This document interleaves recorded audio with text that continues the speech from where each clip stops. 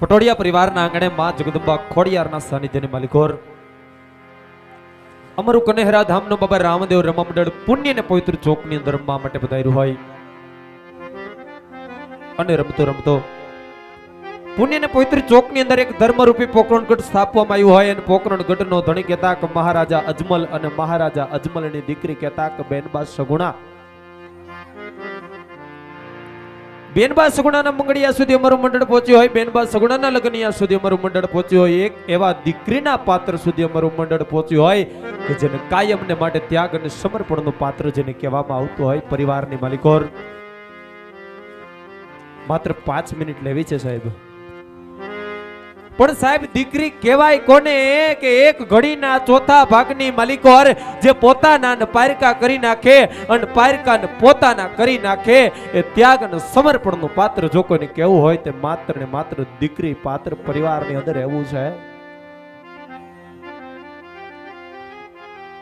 સાહેબ એટલું નહીં પણ જેથી એમ કહેવાય કે દીકરી ચોરીના 4 ફેરા ફરી અને કાયમને માટે જેથી હાહરવેલની માલિકોર જાતી હોય તેથી ઈ દીકરી એમ કહેવાય કે એના બાપને મળ્યા પછી દીકરી એમ વિચાર કરતી હોય કે જો પાછું વળી અને મારા બાપની હામું જોઈશ ને તો મારા બાપને કોઈ છાનું રાખવા વાળું નહીં હોય અને આલીકોરથી દીકરીનો બાપ એમ કહેતો હોય કે બેટા આજ મારી હામું નો જોન તો કાઈ નહીં પણ જે ગામના પાત્રની માલિકોર બેટા આ વડલાઈની તું રમતી હતી અને બેટા કોઈનો વારો નતો આવવા દેતી ને બેટા બને તો એકવાર ગામના પાદરની માલિકોર જે ઝાડવા ઉભા છે ને એની હામો મીટ માંડજે માટે કોઈ કવિને કહેવું પડતો હોય કે આંબલ પીપળ દાળ ઝુલાવે બેટા એકવાર હામું જો આજ કાળજા કેરો કટકો મારો આજ ગાંઠથી છૂટી ગયો ને મમતા રૂવે જેમ વેડુમાં આજ વીરડો ફૂટી ગયો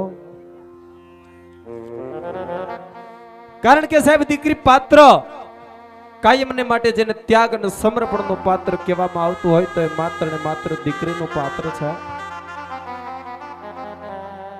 એક નાનકડી એવી આમ તો અમારે ભાઈ ચંદ્રેશભાઈની ફરમાઈશ છે એક નાનકડો પ્રસંગ એવો છે સાહેબ દીકરી કહેવાય કોને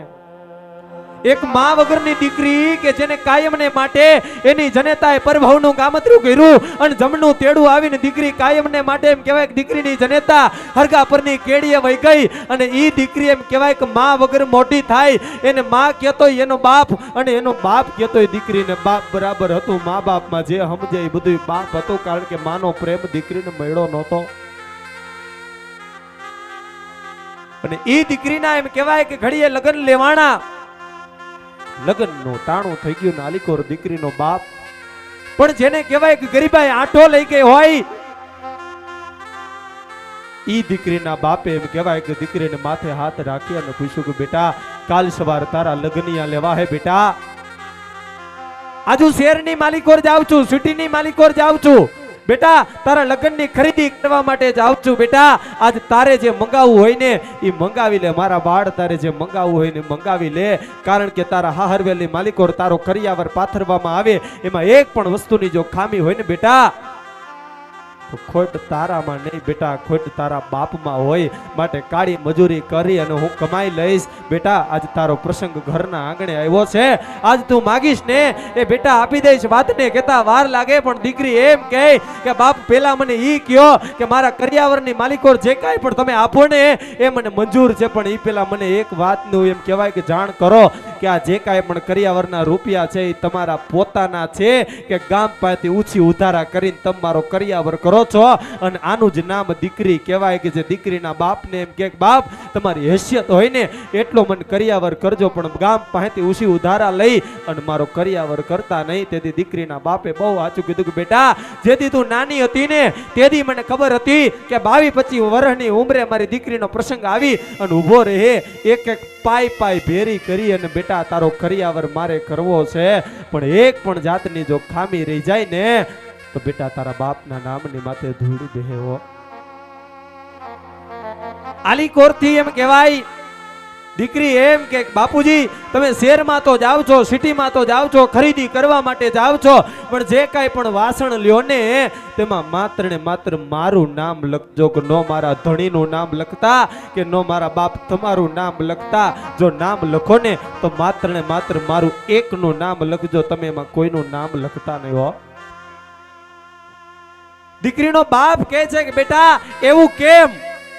કે આમાં કોઈ પણ વ્યક્તિનું નામ લખવાનું નહીં નામ લખું તો બેટા તારું એકનું જ નહીં તારા પિતાનું નામ કે નહીં તારા ધણીનું નામ લખવાનું કારણ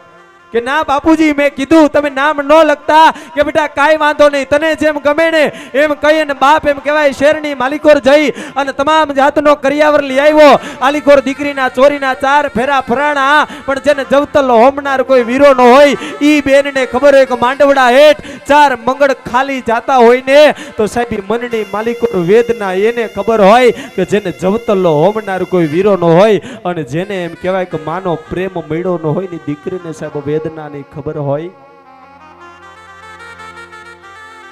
અને આલીકોરથી દીકરીના લગ્ન લેવાણા દીકરીની વિદાય થઈ અને દીકરી હાહરવેલની માલિકોર આવી 1-2 દિવસની માલિકોર એ દીકરીનો તમામ કરિયાવર જેને કહેવાય પાથરવામાં આવ્યો ઈ કરિયાવર પાથરવામાં આવ્યો અને તમામ એમ કહેવાય કે ની દેરાણી જેઠાણી કુટુંબ પરિવારના માતાઓ બહેનો એમ કહેવાય ઈ કરિયાવર જોવા માટે આવે અને એમાં કોઈ એમ કહેવાય કે ભણેલી ગણેલી દીકરીએ પૂછ્યું ઈ દીકરીના હાહુને કે એ દીકરીના હાહુને પૂછ્યું કે તમને પૂછવું નથી પણ છતાંય પૂછું છું કે આ તમારી વવારું જે કાંઈ પણ કરિયાવરની માલિકોર લાવીને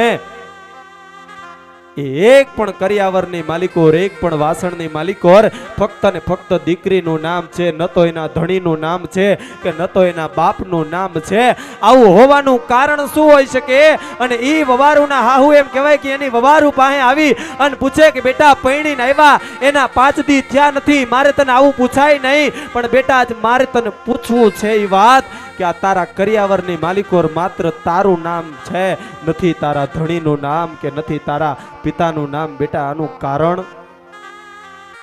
માત્ર ને માત્ર ટૂંકો જવાબ આપ્યો તો સાહેબ દીકરી એના હાહુને કે કારણ તો એટલું જ છે કે કાલ હવાર આપણા આંગણાની ઘરે મોટો પ્રસંગ આવે આ વાસણ તમામ એમ કહેવાય કે ઇસ્તેમાલમાં લેવાય તમામ વાસણો ઉપયોગમાં લેવાય વાસણ કદાચ એમ કહેવાય કે વાસણની માથે દાયજુ બેહે વાસણની માલિકોર કદાચ એઠવાડો ભરાઈ જાય તો ઈ એઠવાડને સાફ કરવા માટે કુટુંબ પરિવારની બાયુ આ વાસણની માલિકોર ધૂળ ફેરવે કે આ બેટા વાસણને સાફ કરવા માટે ઈ ધૂળ વાસણ ઉપર ફેરવવામાં આવે તો સાંભળી લ્યો હાહુજી બહુ જાજી વાત નથી કરવી ન તો મારા ધણીનું નામ લખાવ્યું અને ન તો મારા પિતાનું નામ લખાવ્યું કારણ માત્ર એટલું કે કાં તો મારા ધણીની માથે અને કાં તો મારા બાપના નામની માથે ધૂળ આવે ને એ જિંદગીમાં મારાથી સહન ન થાય આ ત્યાગ અને સમર્પણનું પાત્ર જો કોઈને કહેવામાં આવતું હોય ને તો એ દીકરીને કહેવામાં આવે દીકરી એમ કહે કે મારા બાપના નામની માથે ધૂળ બેહે ને તો મારા જીવતરમાં ધૂળ બેઠી હોય એવી દીકરીના પાત્ર સુધી હું તમે મેળા હોય એક એવી બેનબા સગુણા કે જેને જવતલનો હોમનાર કોઈ વીરો ન હોય રાખડીનો બાંધનાર કોઈ બાંધવ ન હોય અને એમાંય આમ તો પટોડિયા પરિવારને એક લાડકભાઈ દીકરી કહેતા સ્વર્ગવાસ વર્ષાબેન પટોડિયા સાહેબ મીઠપ વાળા માનવી જેદી જગને છોડી અને જાય પછી કાગા એની કારણે ઘરો ઘર મંડાય. આજે પટોડિયા પરિવારના આંગણેથી એમ કહેવાય આ દીકરીએ કાયમને માટે વિદાય લીધી છે. પણ સાહેબ ઈ તો જે પરિવાર જેમની સાથે રહ્યો હોય અને કુટુંબ પરિવારનું કોઈ સ્વજન કાયમને માટે મૂકીને વયા ગયા હોય ને સાહેબ એને ખબર પડે વિરહની વેદના કહેવાય કોને, વિરહની વેદના કહેવાય કોને. એ તો એને ખબર પડે કે જેને પોતાનું સ્વજન માણા ગુમાવ્યું હોય ને પરિબ્રહ્મ પરમાત્મા એમ કહેવાય કે વર્ષાબેનને કાયમને માટે એના ચરણોમાં વાસ આપે. રામદેવજી મહારાજ કાયમ એમની આત્માને એમ કહેવાય કે શાંતિ આપે. અને એવા એમ કહેવાય કે બેનબા સગુણાના લગ્ન યા સુધી મારું મંડળ પહોંચ્યું હોય કે જેને ચૌતલ્લો હોમનાર કોઈ વીરોનો હોય, રાખડીનો બાંધનાર કોઈ બાંધવનો હોય, તો અહીંથી બેનબા સગુણાની એક કંકોત્રી પેટે ઝોલી આપની સમક્ષ આવી રહી હોય તો ઝોલીની માલિકોર યથાશક્તિ પ્રમાણે ફૂલની તો ફૂલની પાકડી નાખી વરહી જાજો. અને અહીંયા આયોજક પરિવાર વતી એટલે કે પટોડિયા પરિવાર વતી કન્યાદાનની માલિકોર નીંબુબેન ધીરુભાઈ પટોડિયા એ અહીંયા કન્યાદાનની અંદર ચાંદીની ગાય, તુલસીનો ક્યારો અને સોનાનો દાણો અને મોંઘા મૂલ્યની ચણિયા ચોલી અહીંયા કન્યાદાનની માલિકોર આપવામાં આવતી હોય. એકવાર જોરદાર તાળીઓના કડકડાટથી આપણે આ કન્યાદાનને વધાવી લેશું. ચાંદીની ગાય, તુલસી ક્યારો અને સોનાનો દાણો અને મોંઘા મૂલ્યની ચણિયા ચોલી અહીંયા બેનબા સગુણાના મગડિયાની અંદર આપવામાં આવતી હોય. ખૂબ ખૂબ ધન્યવાદ. માટે એક જોલી આપણી સમક્ષ આવી રહી હોય ફૂલની તો ફૂલની પાખડી વરહી જાજો. જે કાંઈ પણ રકમ થવાની હોય એક પરમાર્થના કાર્ય માટે બેનબા સગુણાની એક જોલી આપની સમક્ષ આવી રહી હોય ફૂલની તો ફૂલની પાખડી વરહી જાજો. એથી વિશેષ અમારું આ રામા મંડળ રમાડવા માટે એવા અમારા રામા મંડળના પ્રમુખ રિંકલભાઈ પટેલ એમનો સંપર્ક કરી આપ અમારું મંડળ રમણ શકો છો. ધન્યવાદ. જય લખધણી, જય ખોડિયાર. આ બાજુથી અમારે સ્વર્ગવાસ વર્ષાબેનની દીકરી સોરી ભવ્યાની શ્રદ્ધાંજલિ રૂપે 2 શબ્દો અર્પણ કરવાના છે. એમના માટે ફરમાશ આપે છે અમારે બેન ગીતાબેન